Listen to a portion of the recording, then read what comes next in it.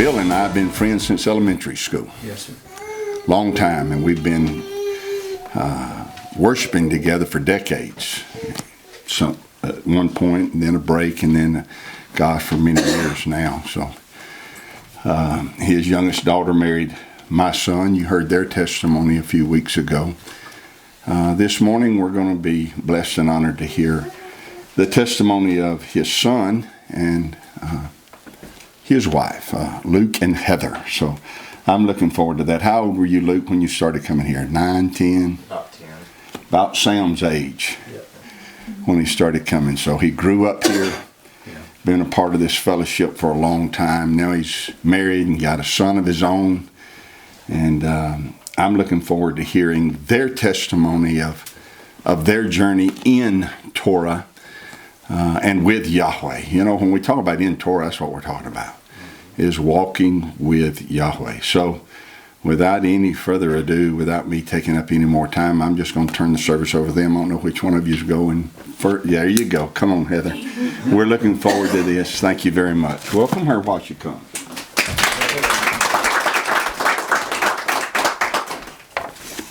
All right. Bear with me. I can talk in front of kids all day, but this makes me a nervous wreck. So, we'll start off with the church I grew up in was all I knew. It was a big Baptist church. As a kid, it was great. We got to play with friends all Sunday morning while our parents attended the service. We did crafts about Noah and the Ark, Jonah and the whale, and so forth. Loved going to vacation Bible school each year. It was geared towards keeping us entertained and having fun while our parents were in service. But I remember, especially in high school, really feeling separated from the church. I felt as though everything was going from learning about Yahweh, who I knew as God at the time, to putting on performances. Every service, I felt like it was more and more like a concert. I remember going to the Easter and Christmas services and just feeling like it was all a perfectly timed out play. You knew when the majority of people were going to hit their spiritual moments because of how they changed the music or how loud the preacher spoke and hit his pulpit. It all felt scripted instead of genuine, and as I got older, I felt as though I was just going through the motions of everything, not really knowing what was wrong, but feeling like I did not fit in the church I grew up in anymore. And I'm not here to just bash those churches. I was in that spot several years ago. That was just my personal experience and how I came to realize things were not right for me. I continued to feel this way and search for what I was missing, even though at the time I had no idea what that was. I was still attending the church I grew up in, but when I moved to Florence for college, I remember searching there as well. I tried a few churches between more Baptist and non-denominational. They all felt the same to me. We had moved from delivering messages from the Bible to spending most of our focus on making sure the music and lighting was just right. I kept thinking, how hard is it just to come and hear the word? So, I continued to feel like this until I met Luke. I remember we had just recently started talking more. We weren't dating yet. It was Christmas of 2014, and I texted him and wished him a Merry Christmas. And he responded, I don't celebrate Christmas. So I thought, well, that's a little strange, but okay. Now, before we had ever officially started dating, he had started giving me a glimpse into what he did and did not do. So it's not something that he hid from me. I had an idea of what his beliefs were before we ever started dating. I did not know the extent of everything from day one, but before he ever made me his official girlfriend, he made sure to lay his groundwork, show me what he believed, and that steering from that, for him, was non-negotiable. I respected him for being upfront about what he believed and giving me a glimpse of that as well. I never felt like he was hiding that part of his life or that I had ever been tricked into thinking anything. I was given the truth from him, and it was up to me if I wanted to explore more or not. We liked doing activities together while dating, and we liked hiking a lot.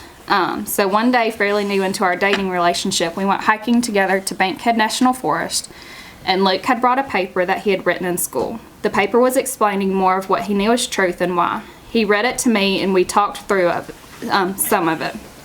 Again, letting me more into what he believed.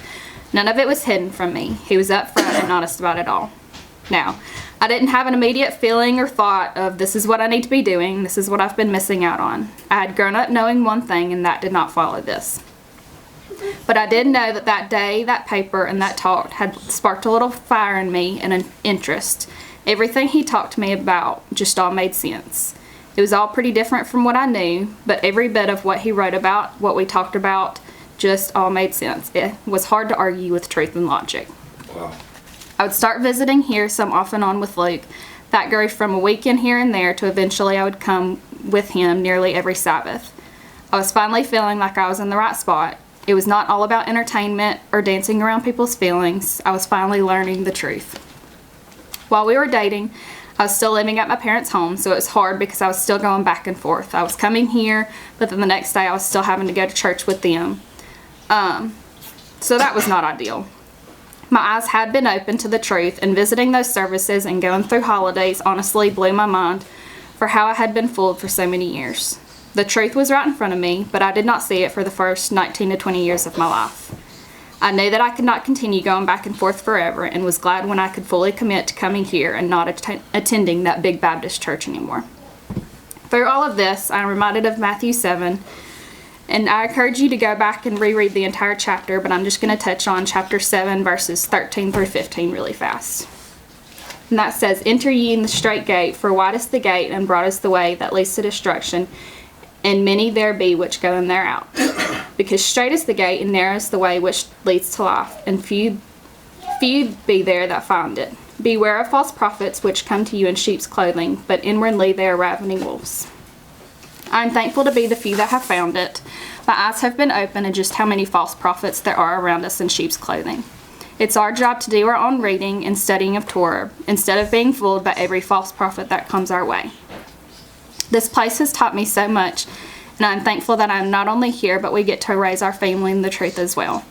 Our children never have to go through the pagan holidays. They get to celebrate in the feast and grow up in the truth. They don't have to grow up being lied to and tricked about an old man with a white beard bringing them presents or a bunny with eggs. I have amazing in-laws who have always felt like true family, and I could go over any time and hang out with them. They've loved me like one of their own and prayed with me and for me throughout everything. Over the years, my family has been pretty respectful towards our journey. In the beginning, I did get a lot of questions and concerns from them, which all stemmed mainly back to the holidays. That was the biggest shock to most, the holidays and the food. They were concerned about why we were not celebrating Christmas and Easter, joining family during that time, confused why we didn't eat pork or shellfish. Like I said, they do respect our path overall and show it in little things. We get together and have family meals fairly regularly, and they have changed something pretty early on. They cook with turkey bacon or sausage instead of pork. They'll get beef hot dogs, and that wasn't something we had to beg them to do. They changed it on their own.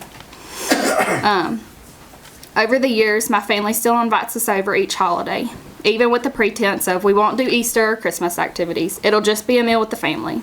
I know we've heard all that a time or two, and I'm thankful that each time they take our no and leave it at that, but it's not always been easy for me dealing with the no. Through all of this, I'm thankful for Luke. He has helped me stay strong when I wanted to give in and just go half the meal. Confrontation genuinely makes me uncomfortable, so I'd rather avoid it at all costs. I hate upsetting people and try hard to please everybody most of the time, which we know is impossible. But especially when we found out we were pregnant, I knew that it was when I had to be firm in everything we do and not just rely on Luke to do so. Even if it meant not always making everybody happy. Me and Luke knew that if we let one holiday or meal slide, it was a slippery slope. We knew that staying firm in our belief and word was not only protecting us, but our child and any future children. We're careful when we let him stay with family and don't let him stay the night through Christmas until he's old enough to truly understand himself and stand up for himself. As his parents, it's our job to protect. Everything about those holidays are geared towards drawing in the kids. They make it seem fun and enticing. We're only thinking about the kids is what we hear all the time. I have great family and parents who I love dearly and get along with great, but we're just not on the same journey right now. I pray that one day we can all be joined together in the truth, and I'm thankful that they have not just shut us out like many of us have experienced. They are willing to listen and reason with our truth. Again, they're just not here with us yet. They join us each year while we host Hanukkah, and I'm thankful that my child gets to not only enjoy that with this side of our family, but with them as well. I wasn't sure if we'd ever get there, but Good. I'm lucky that I have an amazing husband who didn't run away when I texted him Merry Christmas. He's the reason that I'm here, and being here, I've been blessed to learn the truth. He's the reason we get to raise our children in the truth as well. So, with that, we'll let him come up. Man, that's all.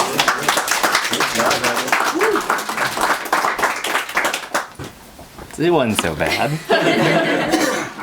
Shaking the whole time. Yeah, we'll see how I do.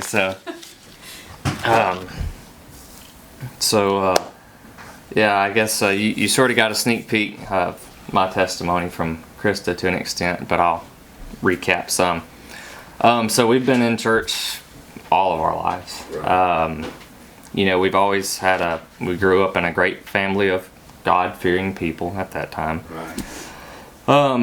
They were always respected in the church. They were valued members, part of the helps ministry, youth ministry, everything. My dad was very influential in our beliefs, how we were raised in the church. He taught us to read our Bibles. He taught us how to study our Bibles. He taught us character, work ethic, obedience. Our mother really pressed us forward with teaching us how to pray and listen. She taught us the importance of things spiritual and the gifts of the Spirit. She reinforced the importance of dreams and visions and their interpretations. We were very privileged growing up. This next statement's going to sound kind of strange, but not exactly sure when I got saved.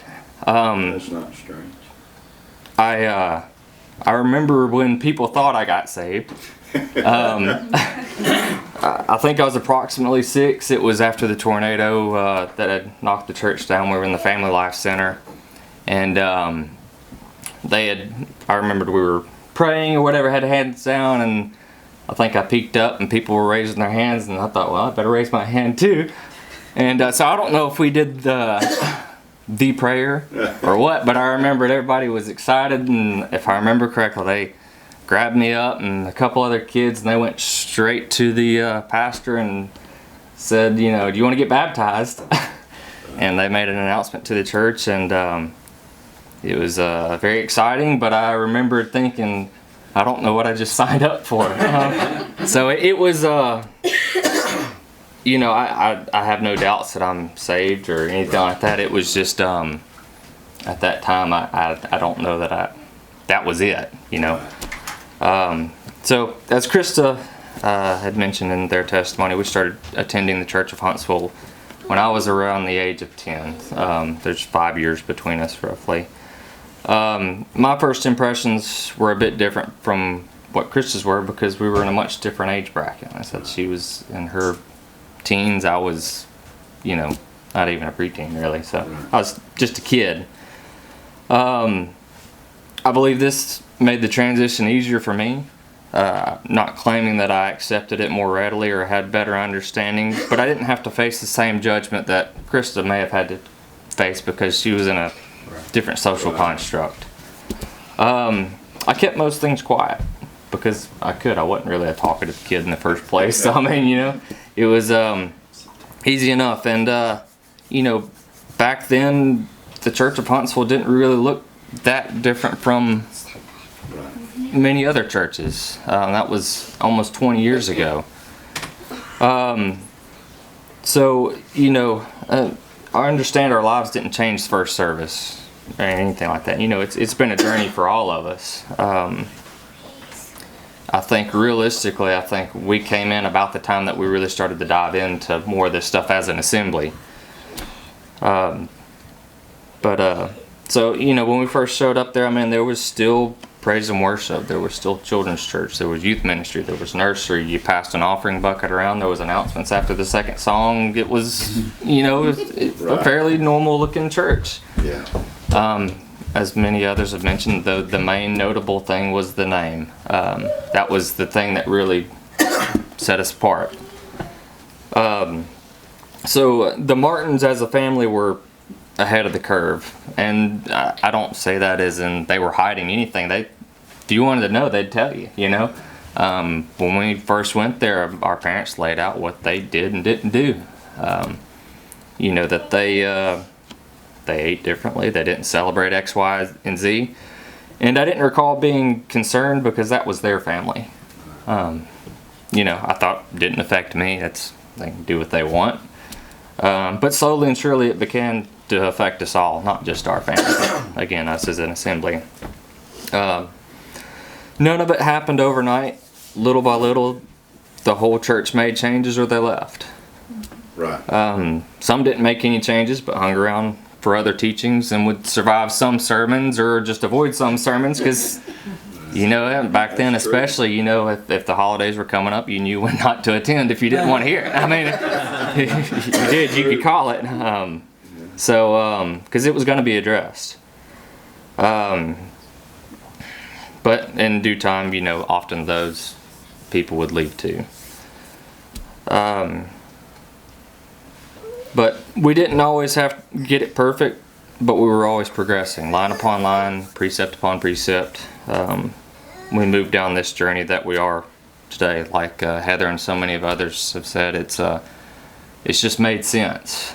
And but one thing that's never made sense was women. So I put LOL in my notes, so y'all know that's a joke. But no. So,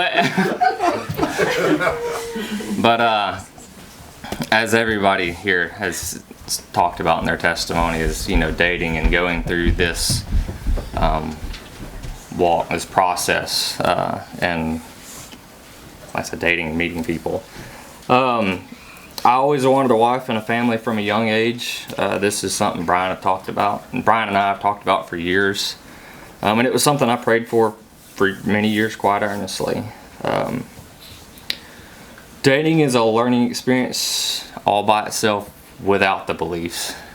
Yeah. Right. So I went about it the best way I knew. I tried to be upfront and forward with everyone throughout the years. And that was a plus at times because you didn't waste any time. Right. They either didn't like the beliefs or they thought you were a dork. So, you got rid of the chaff really quickly, I suppose. Well put. So finally started dating a girl and it appeared to stick. I was up front with and told her what we had believed and she appeared to agree. Long story short, the whole thing was a disaster, a monumental disaster. And that sucked. Right. But you get real smart real quick from a disaster. So, so while praying and correcting myself, I began to go back and revisit my expectations because I had standards written down. Not sure if it was instruction from my mother. It sounds like something Mom would tell us to do.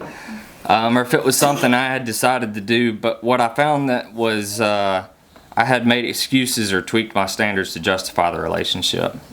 And that's not what a standard is. That's a guideline. That's a loose set of rules, and it'll get you anywhere except for where you want to be. That's right. You remember how the Israelites were instructed not to marry their sons off to neighboring territories? Right. Most notably, I guess we recognize the Moabites.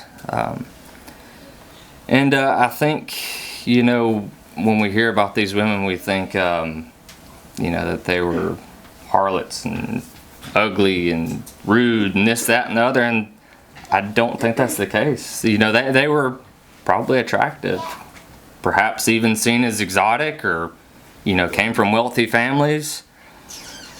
They appeared to be something good in many ways, and I'm sure they were, but they weren't everything that they needed to be. Good things will keep you from having the best things way more quickly than bad things will keep you from having the best things. Everybody can recognize something bad. It's hard to identify what's good versus best. Resist the temptation to settle. Learn to identify good versus best. If YAHWEH can get you out of Babylon, He can provide you with the best. That's right. So fast forward a bit, Heather and I began to start dating. She met the standards. You may not see it all at first, but when you come to a crossroad and they choose correctly or their actions match the standards you expect out of a mate, it really begins to jump out. I actually met Heather when she was in junior high school. So I had gone to a Mortimer Jordan football game. My buddy was dating her older sister. But there's an old picture of actually the first night we met. I'm up in the stands up here and she's down here in the stands. And so that's kind of neat. But anyways, so I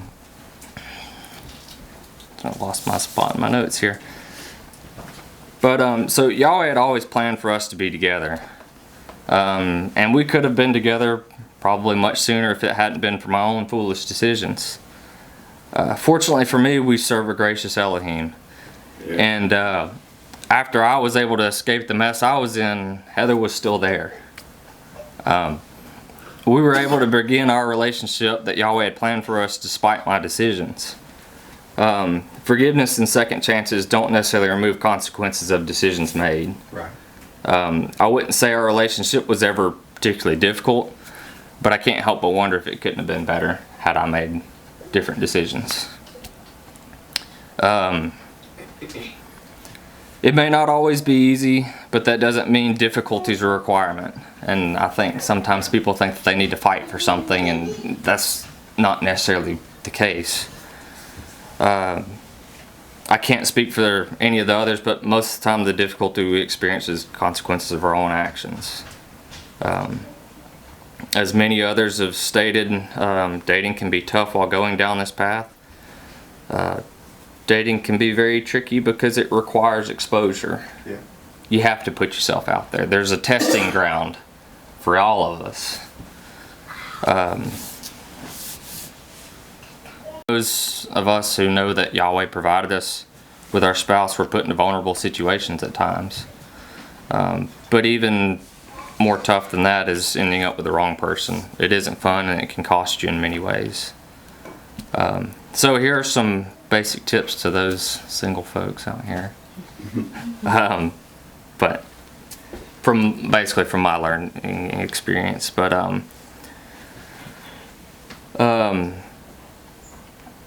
excuse me. So have standards and stick to them. Yahweh is good and more than able to provide you with the exact person you need to be with. Dating someone who doesn't share the exact same beliefs initially isn't impossible. I discovered that with Heather, but it likely won't be easy and it requires a lot of caution. And don't forget the end goal is to reach the same truth. It's not just to get along. Right. Remember how we discussed in Matthew 5, 6, and 7, Yeshua's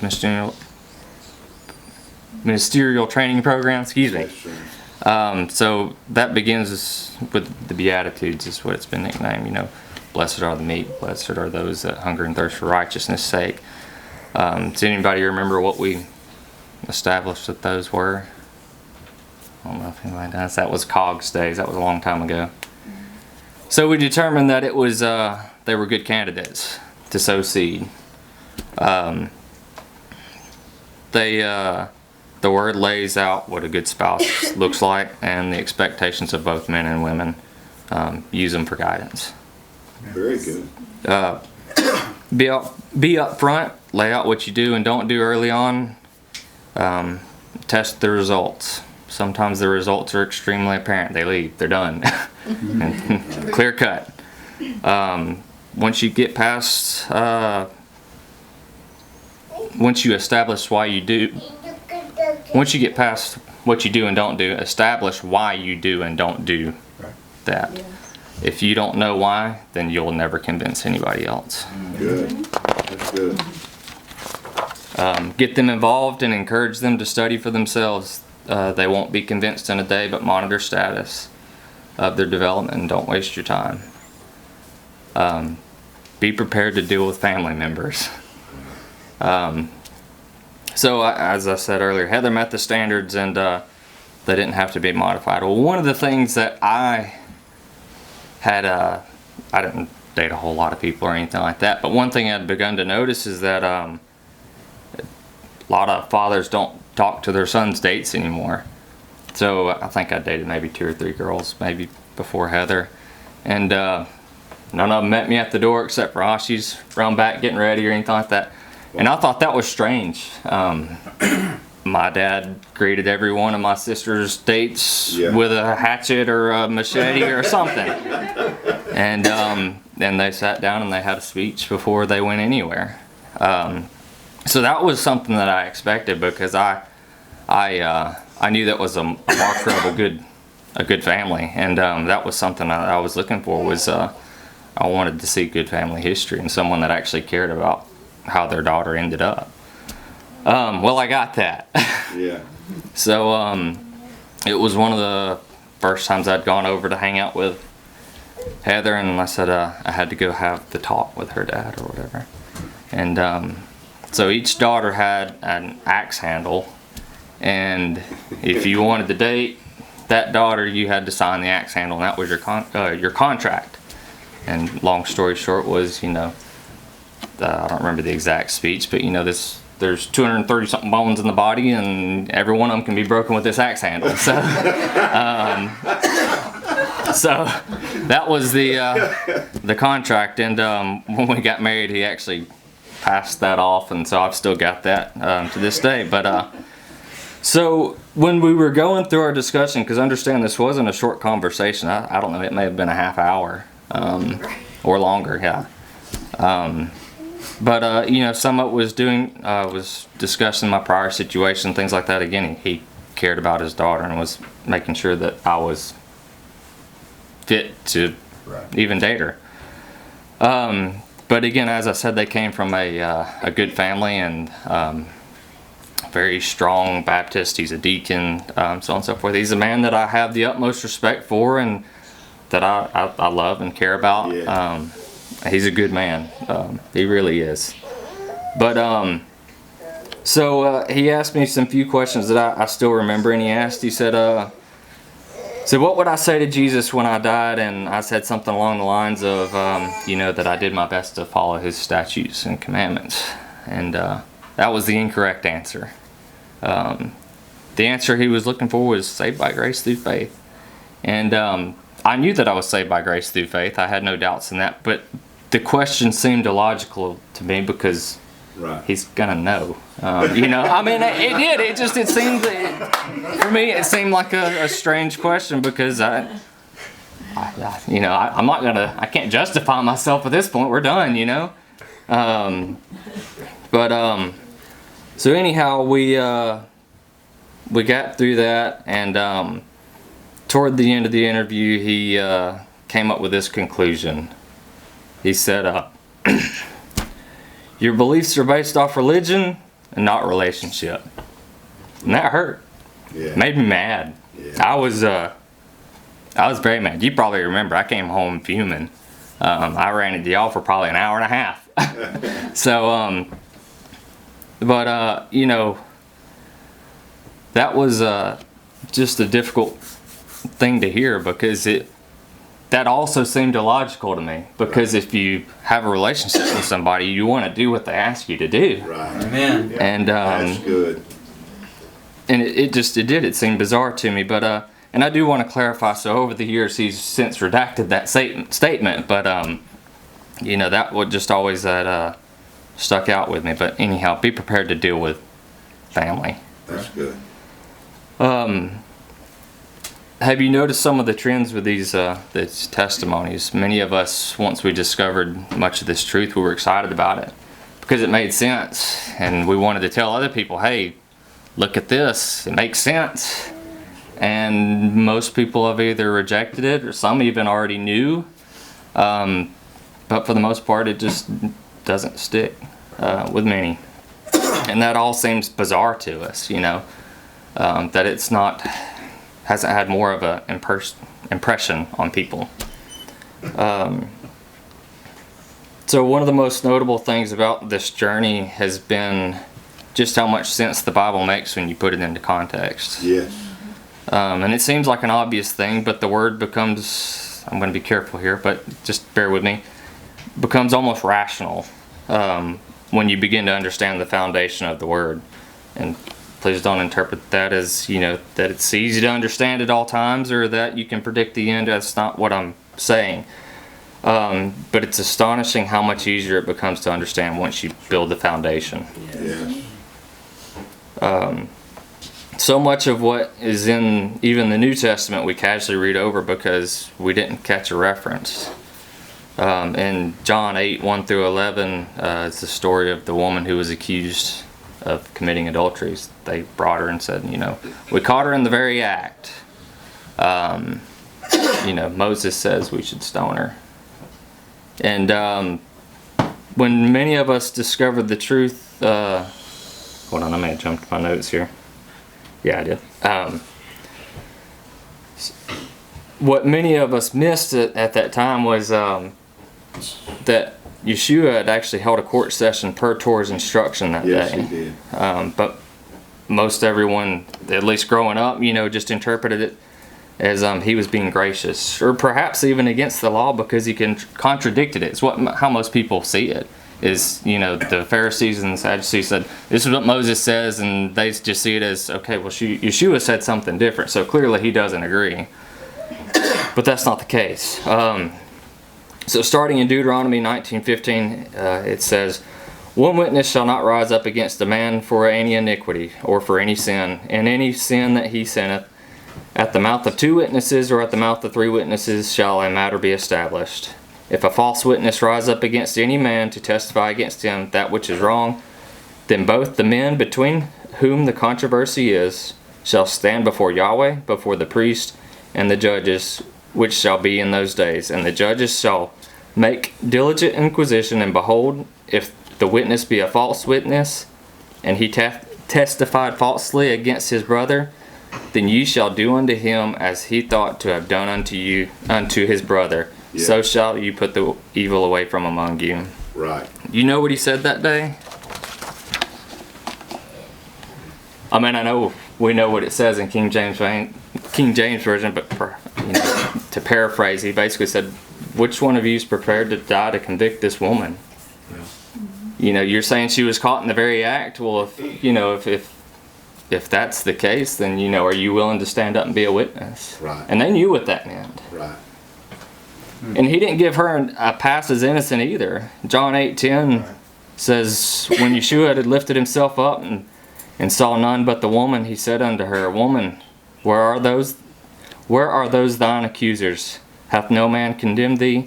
She said, No man, Lord. And Yeshua said unto her, Neither do I condemn thee. Go, and sin no more." Right. So there is a certain implication that perhaps she did, but he wasn't a witness either. Right. I think many of us never realized that he was following Torah until we understood the context. Right. We built the foundation. Context is everything. Yes, I could it is. say, I'm your huckleberry. And many of you would know exactly what I'm talking about. I'm going to pick on Heather, but she has no idea what I'm talking about right now. I could say that and it might bring something else to mind. It might evoke some sort of response. You might say, "You're no Daisy. You're no Daisy at all." Because we understand the same context, so we understand a lot of the same pretense. I believe that this is one of the most amazing things about this journey. The structure and order over everything begins to leap off the page. You begin to understand Yahweh's grace, goodness, love, and anger. The feast established so much more than any of the counterfeit attempts did. Yeah. The Israelites' journey through the wilderness makes sense. You begin to understand why 10 of the spies said thanks, but no thanks. Right. They didn't just load up their kids in the station wagon to go an hour and a half away, and they're saying, "Are we there yet?" That was a journey. It wasn't just a simple thing to say. Right. I'm not trying to justify their response, but I'm saying,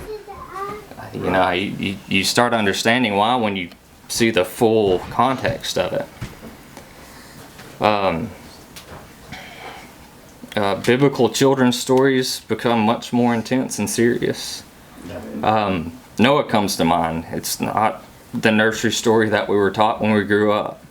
Put in its full context, when it's put in its full context. But many adults consider it to be a child's story and skim over it because they learned it when they were in Sunday school and they move on. But they skim over a few verses and they miss, monumental information. Torah shows us that there's an adversary that may deserve more awareness than the church often gives. It's my opinion. The church has made him into a cartoon character that gives them an excuse for their lack of self-control.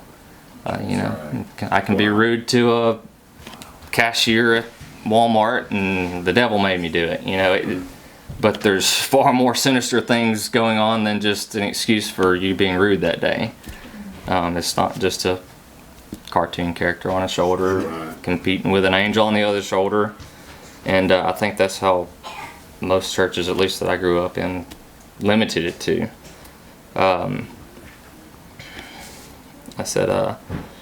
Torah exposes the technical details of a war that has existed from the beginning. It extended beyond Adam and Eve. I feel like most people think the devil was there in the garden, and then again when he tempted Yeshua, and nowhere in between, and nowhere after. But Torah shows us the big picture of good versus evil. We are now aware of so many truths now from learning the foundation. The Sabbath, the feast, instruction for life and health, how to treat your neighbor, prosperity, his name, his calendar, his standards and expectations, his long-suffering, grace, love, and provision. So when we went to the beach a few weeks ago, it was Memorial Day weekend. We went down to the wharf because they do fireworks, and so we had gone in some couple stores and stuff like that, and we got access a balloon, and the family that we were with, they have a little girl that's about the same age, and she got a balloon too. And so knowing we're about to go outside, we say, all right, we need to tie this on your wrist or your belt loop or something. I want to hold it. Well, let's just tie it on our wrist and we'll go out. You can still hold it. I'm giving you the balloon. I want you to have the balloon. I'm the one providing you the balloon. And no, we want to hold it. I said, all right, fine. This will be a teachable moment. Yielding you up to your decisions. Yep. And so we all know how this story goes. We get outside and it's gone in 2 seconds. And of course he's sad, disappointed, whatever.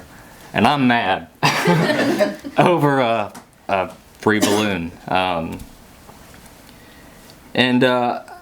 often see why we're referred to as Yahweh's children in the Bible. Sometimes it can be difficult to see the why of a commandment as a child, but our Father knows what is best. We are nowhere near where we started. Thank Yahweh. Yeah. But we shouldn't make the mistake of believing we fully understand everything. No. We should remember that it's okay to be obedient just for the sake of being obedient. Amen. For my thoughts are not your thoughts, neither are your ways my ways, saith Yahweh.